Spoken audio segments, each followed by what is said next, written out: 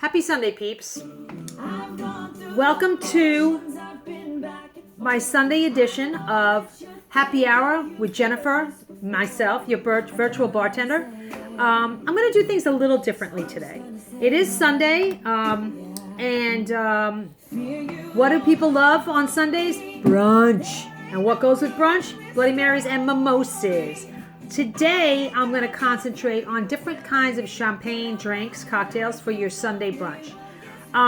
Instead of introducing to you today some of my original friends, I'm going to bring, now, I don't want anybody freaking out. Being these troubling times, I want to introduce you to some of my more contemporary Christian musicians who help me get through the day, especially when things are crazy. Now, any of you that know me from my childhood, my parents, Jim and Margaret, God rest in peace, they brought us up as members of St. Francis of Assisi Episcopal Church on Swan and Water Lane in Levittown. We went to Sunday school every day. We were, almost all of us were in the altar guild, from my oldest brother Jeff down to my youngest brother Peter.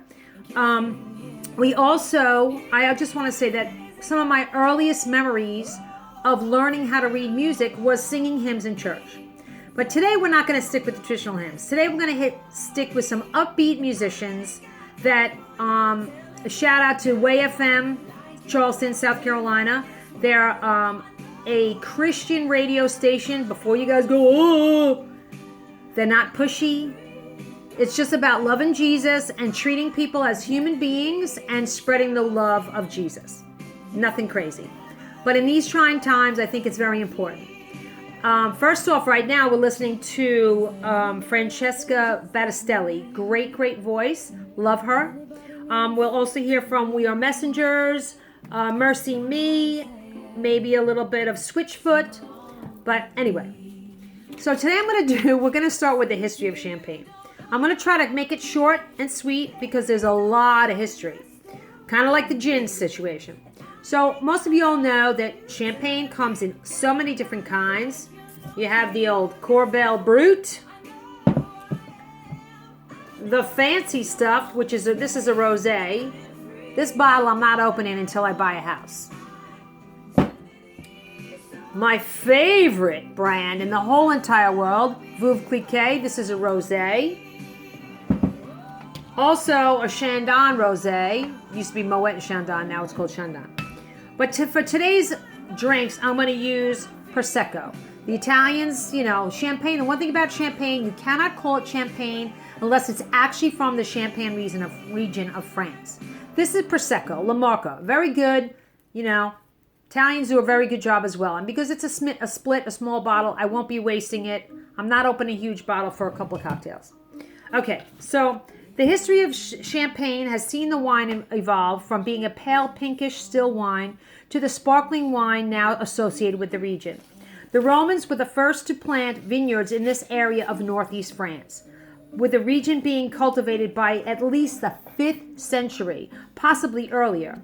When Hugh Capet was crowned King of France in 987 at the Cathedral of Reims, I guess that's how you say it, located in the heart of the region, he started a tradition that brought successive monarchs to the region, with the local wines being on prominent display at the coronation banquets. The early wine of the Champagne region was a pale pinkish wine made from Pinot Noir. Who knew? The Champenois were envious of the reputation of the wines made from their Burgundian neighbors to the south and sought to produce wines of equal acclaim. However, the northerly climate of the region gave the Champenois a unique set of challenges in making red wine. At the far extremes of sustaining viticulture, the grapes would struggle to ripen fully and often would have bracing levels of acidity and low sugar levels. The wines were lighter bodied and thinner than the Burgundies. It says, one of the byproducts of fermentation is the release of carbon dioxide gas. I'm trying to spot around because it'll take me forever. If the wine is bottled is trapped inside the wine causing... Oh, sorry, let's do that again. One of the Byproducts of fermentation is the release of carbon dioxide gas, which, if the wine is bottled, is trapped inside the wine, causing intense pressure. The pressure inside the weak, early French wine bottles often caused the bottles to explode, creating havoc in the cellars. If the bottle survived, the wine was found to contain bubbles, something that the early Champenois were horrified to see, considering it a fault. As late as the 17th century, Champenois winemakers, most notably the Benedictine monk Dom Perignon, who knew he was a monk? I thought he was some rich guy. From 1638 to 1715 he lived, were still trying to rid their wines of bubbles. So it goes on to say, in the 19th century, these obstacles were overcome, and the modern champagne wine industry took form. Advances by the house of Veuve Clicquot, my favorite, in the development of the méthode champenoise made production of sparkling wine on a large scale profitable. And this period saw the founding of many of today's famous champagne houses, including Krug, which is 1843, Pommery 1858, and Bollinger 1829. The fortunes of the Champenois and the popularity of champagne grew until a series of setbacks in the early 20th century. There was a phylloxera appeared, vineyard growers rioted in 1910 to 1911, the Russian and American markets were lost because of the Russian Revolution and Prohibition, and 2 world wars made the vineyards of Champagne a battlefield. The modern era, however, has seen a resurgence of the popularity of champagne, a wine associated with both luxury and celebration, with sales quadrupling since 1950. Today, the region's 86,500 acres produces over 200 million bottles of champagne with worldwide demand, prompting the French authorities to look into expanding the region's zone to facilitate more production. There's so much more history about champagne to read into, but I'm not going to do that today because it's Sunday and everybody's kind of relaxing. So, the first cocktail I'm going to make is kind of instead of a mimosa, I'm kind of drew this little raspberry sorbet thing that I've seen done at brunches, on bridal showers. So first I'm going to take the La Marca Prosecco, open the bottle. I'm going to take a couple of berries, stick them in my wine glass, use my muddler, smush it around a little bit. Yummy, yummy, yummy. You know how I feel about tapping off the good stuff with the pouring of the liquor. Then I'm going to take some raspberry sorbet. Just put a little bit in there. Teaspoon maybe. I'm using Ciao Bella. I love my Ciao Bella. Pour with champagne. Now you got to remember, got to get all that good stuff in there.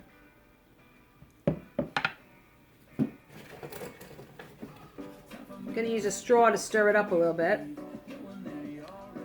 Now, being it's just me, and I can't be drinking all these cocktails. Cheers. Oh man, that's delicious. Not too sweet, just perfect. Cheers again. All right. The next cocktail I was introduced to while working a wedding and down here in the South, and they were a couple actually were from New York, and their ceremony cocktail it's called an Aperol Spritz. So first you need to take a wine glass. I tried to freeze it, but short notice. Okay. Now again, you're serving other guests, you're using tongs. Me, it's just me, myself, and the 2 dogs. So we just use my hands. I like a lot of ice. So this says in equal parts. So I'm going to put about an ounce of that. See the Aperol? Can you see that? So delicious. Those Italians can make some pretty good stuff. Then we put in, I'm going to use the Prosecco.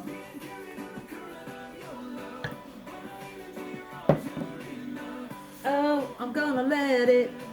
I'm gonna let it go. Then we're gonna use my trusty little spoon and stir that up a little bit. We're gonna top it off.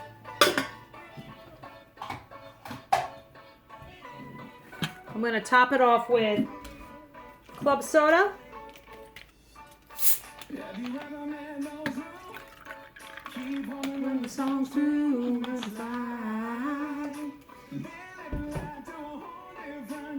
Mix it up a little bit. Sharp knife, very important.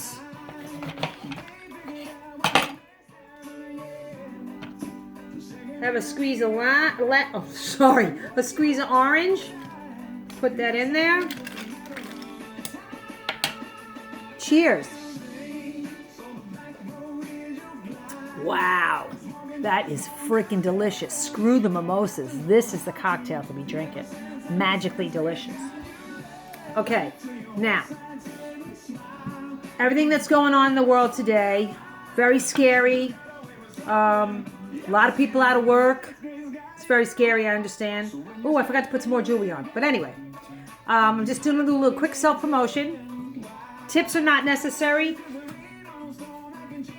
but always greatly appreciated in this time of non-work. You can Venmo me at JennySan629. Greatly appreciated.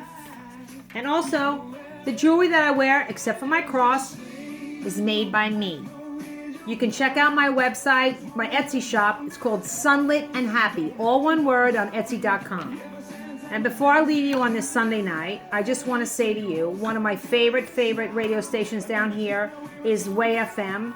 They don't push the God stuff on you, but it's just an uplifting and wonderful music, and it's just really nice and keeps me from road rage, and to be honest with you, when I drive down here. But there's something that one of the DJs always said. There's always kind people in the world. And if you can't find that person, be that person. Please be kind to each other. And as God said, love thy neighbor as thyself. Love you all. Tomorrow's Martini Monday. Woo!